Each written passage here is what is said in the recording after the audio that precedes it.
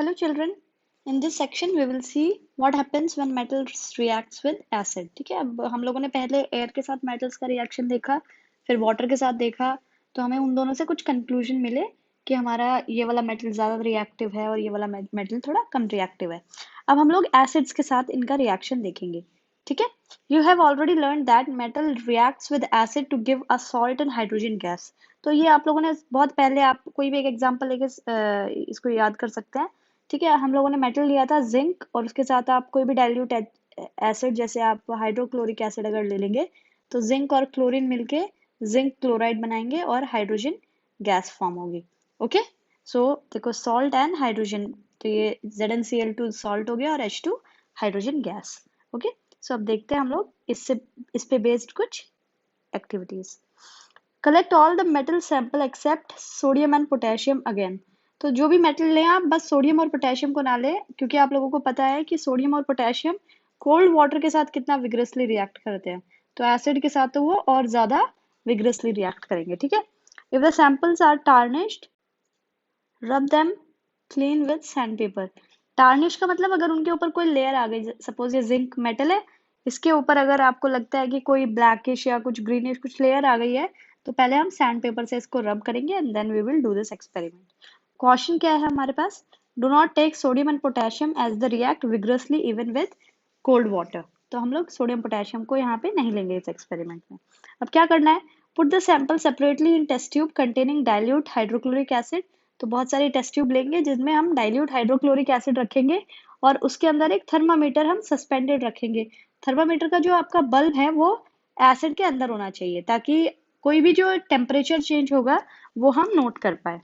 Observe the rate of formation of bubbles carefully. अब आपको पता है हाइड्रोजन गैस यहाँ पे प्रोड्यूस होगी, तो हाइड्रोजन गैस प्रोड्यूस होगी तो बबल्स होंगे। अब बबल्स कितनी फास्ट आ रहे हैं या कितनी स्लो आ रहे हैं, उससे ही हमें पता चलेगा रिएक्शन कितनी तेज हो रहा है। Which metals react vigorously with dilute hydrochloric acid, तो हम नोट डाउन करेंगे।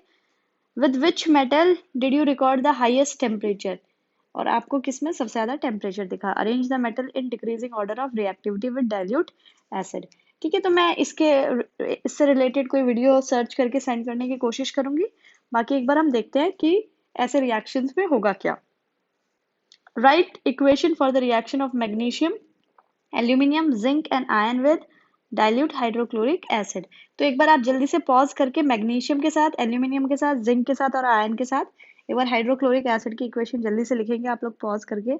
आई होप आप सब ये कर सकते हैं। अब चलिए अब हम देखते हैं। देखो, जो आपकी जो रिएक्शंस हुआ था एसिड में, तो अगर आप HCl लेंगे तो आपके रिएक्शंस होंगे, बट एक एसिड नाइट्रिक एसिड ऐसी है जिसमें आपकी हाइड्रोजन गैस प्रोड्यूस नहीं होगी।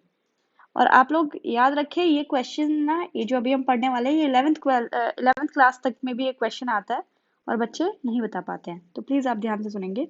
देखो, आपका मेटल, कोई भी मेटल, आपका किसी भी एसिड, सपोज HCl है, H2SO4 है, सबके साथ रिएक्शन करके, ठीक है, आपका सॉल्ट प्लस H2 गैस देगा। लेकिन आपकी एक एसिड है नाइट्रिक एसिड जो है HNO3।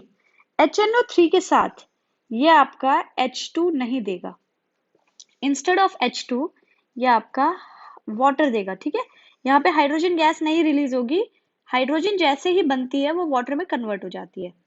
हम लोग एक बार देखें। Hydrogen gas is not evolve when a metal reacts with nitric acid. Please इसको नोट करके रखें, ये एक बहुत ही अलग सी चीज है। ठीक है, इट इज बिकॉज, और ऐसा क्यों हो रहा है कि नाइट्रिक एसिड के साथ हाइड्रोजन गैस नहीं बन के आपका वाटर बन रहा है, ऐसा क्यों हो रहा है? It is because HNO3 is a strong oxidizing agent. अब ऑक्सीडाइजिंग एजेंट वो होते हैं जो किसी को ऑक्सीजन दे दे। तो देखो ये नाइट्रिक एसिड क्या करती है, ये जैसे ही H2 को देखती है रिएक्शन में, यहाँ पे HNO3 था, तो जैसे ही रिएक्ट हुआ, जैसे ही H2 बना, तो ये HNO3 वापस इसको रिएक्ट करके वाटर बना देती है, क्योंकि HNO3 एक ऑक्सीडाइजिंग एजेंट है, ये ऑक्सीजन इसको दे देती है। तो H2 को कोई ऑक्सीजन देगा तो क्या बन जाएगा वो? वाटर।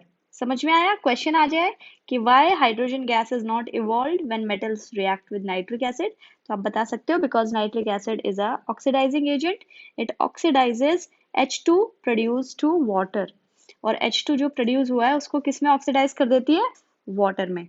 ठीक है, ये चीज समझ में आई। अब इसको तो ये अपने ऑक्सीजन दे के H2 को तो वाटर में कन्वर्ट कर देती है।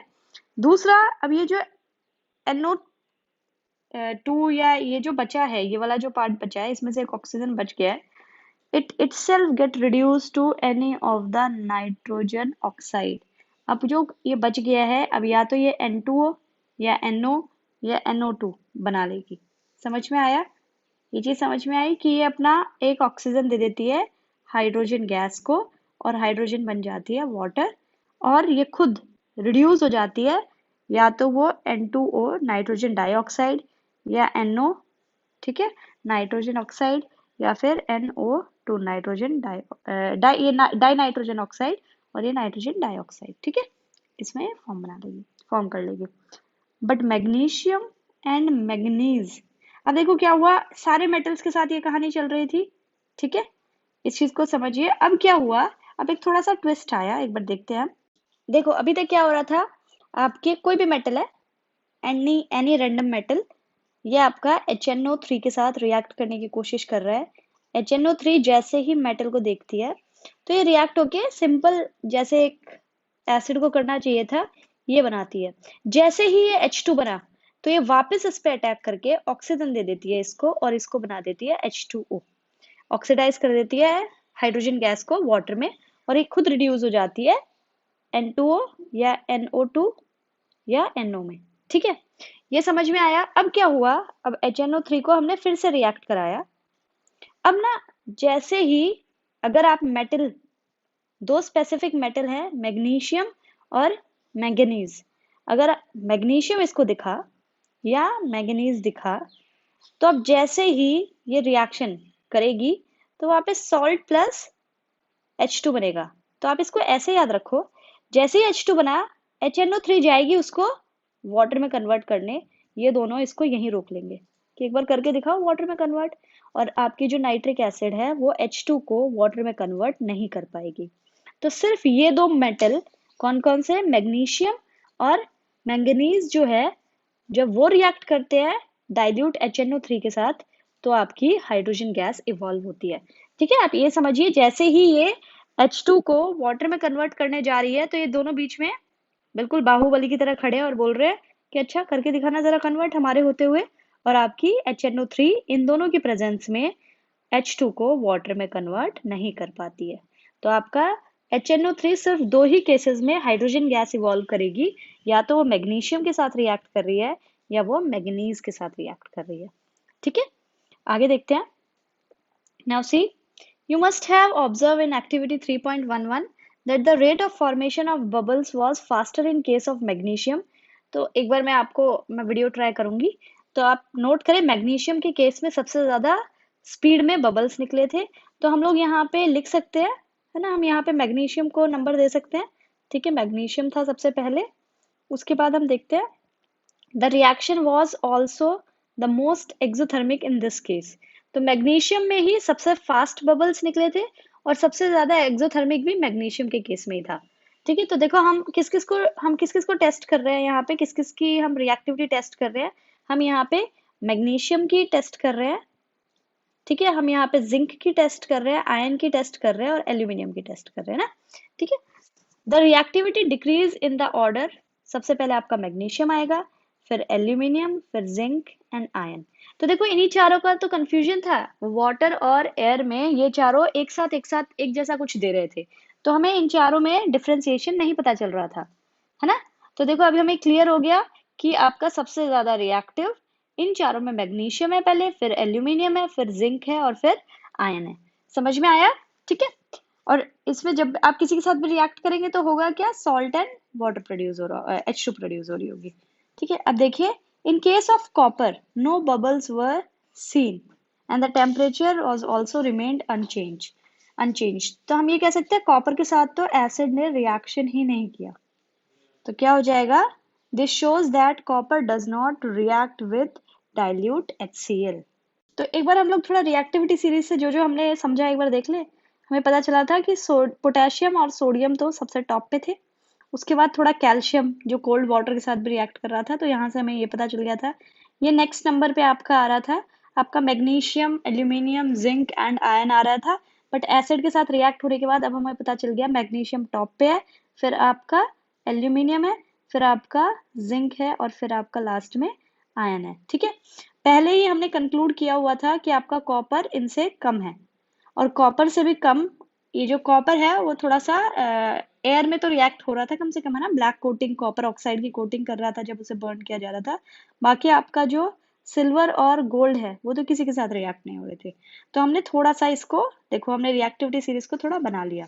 अब देखो एक बहुत ही इंपॉर्टेंट चीज यहाँ पे हम देखते हैं, एक्वारीजिया। एक बार आप इसको अच्छी तरह याद रखें, aqua regia, Latin for royal water. तो देखो अभी हमने क्या पढ़ा कि जो कॉपर है वो एसिड के साथ रिएक्ट नहीं हो रहा। अब देखो कॉपर ही एसिड के साथ रिएक्ट नहीं हो रहा, तो आपको लगता है कि आपका ये जो सिल्वर और गोल्ड है, ये जो है एसिड के साथ रिएक्ट होना चाहेगा? ये तो रिएक्टिविटी में इससे भी कम है, तो ये दोनों तो बिल्कुल रिएक्ट नहीं होंगे। ठीक है, तो हमने ये देखा, हमने क्या देखा कि अगर आप गोल्ड लें, उसको डाइल्यूट नहीं, कॉन्सेंट्रेटेड HCl के साथ भी रिएक्शन करेंगे ना तो भी नहीं होता। आप गोल्ड लें और इसको कॉन्सेंट्रेटेड HNO3 नाइट्रिक एसिड के साथ भी रिएक्ट करेंगे तो भी ये रिएक्शन नहीं देती। ठीक है, आप कंसंट्रेटेड H2SO4 के साथ भी रिएक्शन करा लो, ये रिएक्शन नहीं देगी। हमने क्या देखा कि एक ऐसा लिक्विड है जिसके साथ आपकी का जो एक गोल्ड है वो रिएक्ट कर रहा है। तो सबसे पहले तो आप एक्वारीजिया को समझे, इसका लेटिन में मतलब होता है रॉयल वाटर।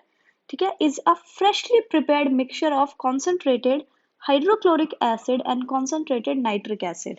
तो ये देखो किस किस का मिक्सचर है, HCl प्लस HNO3 का, और दोनों कॉन्सेंट्रेटेड है। ठीक है, कॉन्क HCl और आपका कॉन्क HNO3, और कितने रेशियो में, आप इसको देखो याद रखने में, इसका जो रेशियो होता है वो होता है 3:1। इसको याद रखने के लिए ऐसे करो, क्लोरीन के यहाँ पे 1 है तो यहाँ पे आप 3 लगाओगे, और यहाँ पे 3 है तो आप यहाँ पे 1 लगाओगे। ठीक है, मतलब क्या करना है आपको, 3 पार्ट्स HCl लेनी है और 1 पार्ट HNO3। मतलब अगर आप 3 फुल टेस्ट ट्यूब HCl ले रहे हैं तो 1 फुल टेस्ट ट्यूब आप HNO3 लेंगे, तो आपका एक्वारीजिया बन जाएगा। समझ में आया? तो इनका रेशियो क्या है, 3:1। ठीक है, या फिर अगर आप 3 ml HCl ले रहे हैं तो 1 ml HNO3 होना चाहिए। हमने ये देखा कि हमने जैसे ही इसको मिक्स किया तो हमारा एक मिक्सचर बना, हमारा एक सॉल्यूशन बना एक्वारीजिया। उसमें क्या हुआ, इट कैन डिसॉल्व गोल्ड, और जब ये दोनों कंबाइन हुए तो अब ये गोल्ड को डिसॉल्व कर सकते हैं, या फिर आप कह सकते हैं गोल्ड के साथ अब ये रिएक्ट कर जाएंगे। अकेले अकेले रिएक्ट नहीं कर पा रहे थे, बट जब ये 3:1 के रेशियो में मिक्स हुए अब ये गोल्ड के साथ रिएक्ट कर पा रहे हैं, even though neither of these acid can do so alone. जबकि आपके अकेली इनमें से कोई भी एसिड ऐसा नहीं कर पा रही थी, बट ये जब मिक्स हुए तो ये डिसॉल्व कर पाते हैं। Aqua regia is a highly corrosive fuming liquid. Fuming liquid होता है कि अगर ये रखा हुआ है ना तो इसके ऊपर आपको फ्यूम्स आती दिखेंगे हमेशा। ठीक है, it is one of the few reagent that is able to dissolve gold and platinum. अब ना अगर थोड़ा सा और हम लोग रिएक्शन करके देखें तो हम ये देखेंगे कि सिल्वर के नीचे गोल्ड आता है और गोल्ड के नीचे प्लैटिनम आता है। ठीक है, और अगर आप देखेंगे ना, सॉरी, प्लैटिनम जो है ना ये गोल्ड के भी नीचे आता है। ठीक है, और आप कॉस्ट में भी देखेंगे तो देखो सिल्वर आपका सबसे कम कॉस्टली है, फिर आपका गोल्ड है, और फिर आपका प्लैटिनम है। ठीक है, इसके बाद हमारा डायमंड आता है, पर आप सबको पता है डायमंड मेटल नहीं है, तो हम इस सीरीज में इसको कंसिडर नहीं कर रहे क्योंकि हम सिर्फ मेटल्स के रिएक्शन देख रहे हैं। ठीक है, समझ में आया ये? अब देखो ये एक्वारीजिया गोल्ड को और प्लैटिनम दोनों के साथ रिएक्ट हो सकता है। अब देखो एक और चीज आप समझिए, अब देखो इस पे ना क्वेश्चंस कैसे आते हैं कि एक गोल्ड स्मिथ है, वो किसी एक विलेज में गया, तो विलेज में उसने कहा कि मैं एक मैजिक शो करता हूँ आपको, आप अपना गोल्ड दो, पुराना गोल्ड, और मैं उसको चमका के दूंगा आपको। ठीक है, तो उसके पास एक सॉल्यूशन था। अब उसने जैसे ही गोल्ड को इसमें डाला और फिर उसके बाद निकाला और वो बिल्कुल शाइनी गोल्ड आ गया। तो बताओ ये सॉल्यूशन क्या था? और फिर एक बहुत इंटेलिजेंट गर्ल थी उस विलेज में, उसने देखा कि जो वो जो रिंग थी, जो गोल्डन रिंग थी, उसका वेट जो पहले था, ये सॉल्यूशन में निकालने के बाद उसका वेट कम हो गया, थोड़ा सा ना, बिल्कुल मिलीग्राम से कम हो गया। ठीक है, तो ये सॉल्यूशन आपका कौन सा होगा, ये एक्वारीजिया होगा। ठीक है। और इसके जो ऊपर जो भी इसके ऊपर जो डर्टी लेयर्स हो गई थी एक्वा रेजिया में, वो रिएक्ट होके ऊपर की जो लेयर है वो हट गई, तो आपका जो अंदर का जो शाइनी गोल्ड था वो एक्सपोज हो गया। तो ऐसा हो गया कि बिल्कुल नए जैसा गोल्ड हो गया ये, ठीक है। अब वो जो गोल्ड की लेयर हटी है, जो थोड़ी सी रिएक्ट हो गई होगी कहीं से या कुछ उस पे लगा होगा, वो जो लेयर हटी है उसकी वजह से इसका जो वेट है वो कम हो गया, ठीक है। नेक्स्ट वीडियो में हम रिएक्टिविटी सीरीज देखेंगे और कुछ क्वेश्चन उससे रिलेटेड।